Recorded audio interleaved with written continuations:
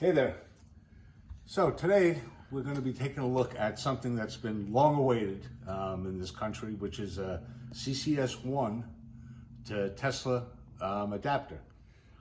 People have been calling for this for a long time. We know that all the Blink and ChargePoint, Electrify America locations all support CCS1. A lot of the new EVs being built today are using the CCS1 standard, but it's never been available for Tesla before. So a company out in Hong Kong, as you can see here, C-Tech Power, came up with an adapter to do this. A little different than the Catamo adapter that I've been used to for a long time, because it's, for one thing, it's a little smaller, a little easier to handle, though it still weighs about 3 or 4 pounds. The other thing that I found was a little unusual about this is if you take a look here, you'll see a micro USB connector. This is obviously going to be used for software flashing and updates, but it's also used to charge the internal battery in this adapter. As you can see, there's the CCS1 connector on that side and the Tesla connector on the other. So there's firmware in here and software that obviously operates the interface between the CCS1 connector and the Tesla connector. And that's powered by an internal battery. So the internal battery has to be charged in here. One of the warnings that they have in the owner's manual, which by the way, the owner's manual is basically a sheet of paper like this. But one of the things that they say is if it's been sitting for a long time, that you may need to plug it in and charge it for about an hour. So we charged it for about an hour when we got this last week. And I assume it's going to be fine since then. The front page of the owner's manual here just basically has about, I don't know, I'd say 10 to 15 different warnings about not getting it wet. I'm thinking as I look over this, I think that's kind of lawyer talk to protect themselves. Looking at the adapter, I mean, I don't really see any way for it to be invaded by water. It's a pretty well sealed unit. But at the same time, you know, I guess it wouldn't hurt to use a certain amount of caution if you're in a real wet situation in using this. So what we'll do is we'll take a ride to a local Blink charger. The car is below 60% charge right now, probably be down around 50% by the time I get there, and we'll see what kind of charge we can get out of this. All right, let's take a ride. Okay, well, we made it to the charger, down to about 43% or so on the battery, and we're at a ChargePoint station, actually by the Harley-Davidson factory in York. So we're going to try to set up our connector here. So first piece of business is we need to activate the ChargePoint station. So I get my ChargePoint card out and hopefully it'll work. As we know how unreliable these things are. We tried earlier today actually to go to a Blink station. They're all out apparently, or still all out apparently. So we're going to hopefully be able to get this done here. So I just tap my card, it's authorizing.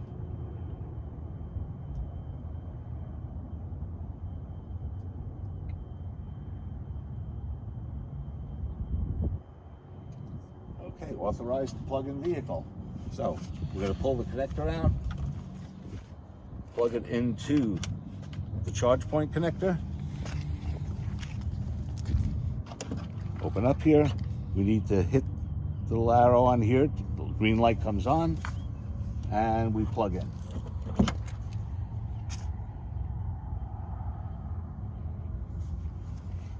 Hang on one second.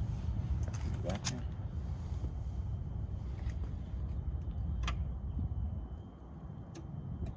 And it's waiting for vehicle. Okay, looks like we're getting started here. And yeah, if we take a look here, we've got a flashing light on the connector itself, and our Tesla's charging also. So let's take a look and we'll see what we're getting on the screen.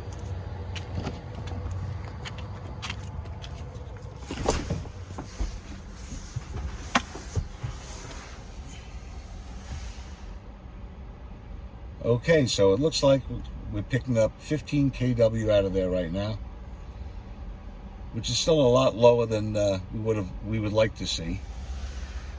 Apparently there's some loss there between the charger and the connector, so the connector must be cutting down the some of the voltage coming through there. We're going to take a look on the charging station itself in a second and see what it's putting out, and we'll see what the difference is. We'll just give this another minute to kick up. As you can see, we're at 41% charge right now. And 64 miles an hour is being added. Certainly not supercharger speeds by any means, but it is connected and it is running at a fairly good clip. So let's go take a look back at the charging station itself and see what it's putting out.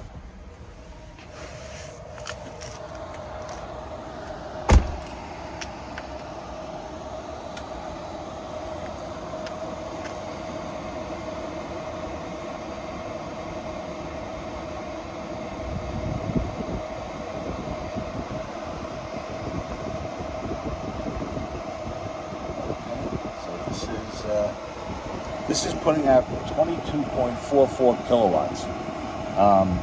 So somewhere between the charging station and the connector, we're dropping from 22.44 to 15 kilowatts, which is pretty consistent with what we saw the last time we tried to do this here. So apparently there's some step-down charging going on inside the adapter, which is obviously slowing down the amount of voltage you're getting through. But that being said, if you take a look at the adapter, it's working perfectly. I am on a CCS connection here, and that's something that we haven't seen for a while. So, in conclusion, I would say, first of all, the adapter does what it's supposed to do. So, it obviously is connecting to the car and it's charging the vehicle. What it may be cutting back on a lot of juice we're getting, which if you think about it, we're getting charged from charge point at the 22.44 kilowatt rate, even though the car is only receiving 15 kilowatts of charge from the station. So from that perspective, I guess it costs us a little bit of money to do this. But it does open the whole world of CCS charging to Teslas. The connector seems to be working fine. I'm not getting any errors. There's no problems. So, in conclusion, I think I would say it's not a bad investment. Tesla doesn't seem to be in any rush to get these out.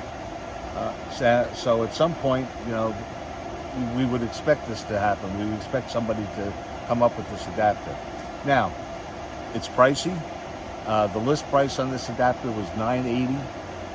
They were doing retail. They were knocking it down to about $660. Which is still more expensive than we paid for the Catamo adapters a couple of years back, and even today, I think.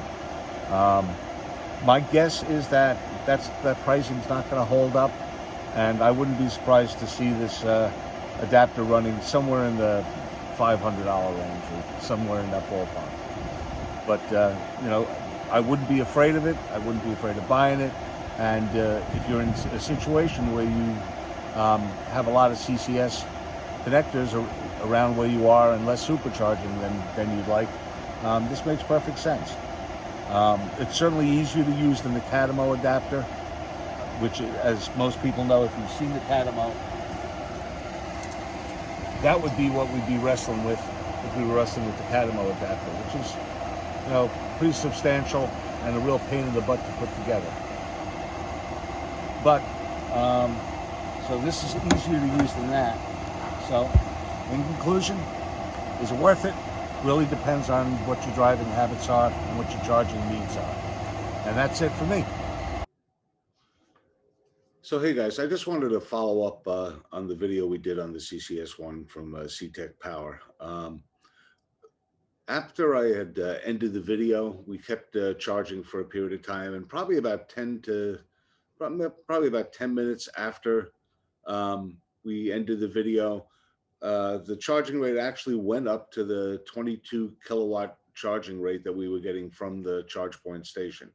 So what we talked about earlier about um, losing some kind of power between the two seemed to resolve itself after a couple of minutes of charging. So just so you guys are aware, I don't believe that that will be an issue if you're going to be charging for any period of time. It looks like it just took a while for it to build up to that rate of speed, or for the connector at least to allow that much juice to go through into the car. So I just wanted to give you a heads up on that, that was really a non-issue. And again, I think it's something, if you're in an area where there's a lot of CCS capability out there and not as much supercharging capability, I think you should jump on it. It seems like it's going to be a pretty good product for you. Okie doke.